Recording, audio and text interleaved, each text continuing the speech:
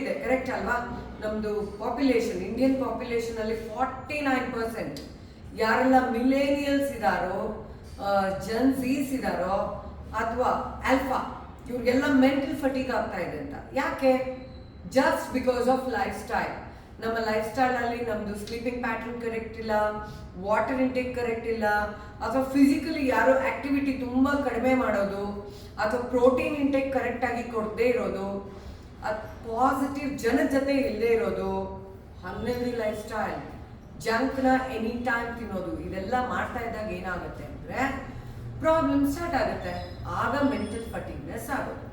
ಯಾವಾಗ ನಾವು ಇದನ್ನೆಲ್ಲ ಬ್ಯಾಲೆನ್ಸ್ ಮಾಡ್ತೀವೋ, ನಮ್ಮ macro nutrition with micro nutrition ಕರೆಕ್ಟಾಗಿ ಕೊಡ್ತೀವೋ, ಕೆಫೇನ್ ಕಂಟೆಂಟ್ ಹೆಲ್ದಿ ಆಗಿರೋಂಥ ಕೆಫೇನ್ ಕಂಟೆಂಟ್ ಇವಾಗ ರೀಸೆಂಟಾಗಿ ಬಂದಿದೆ.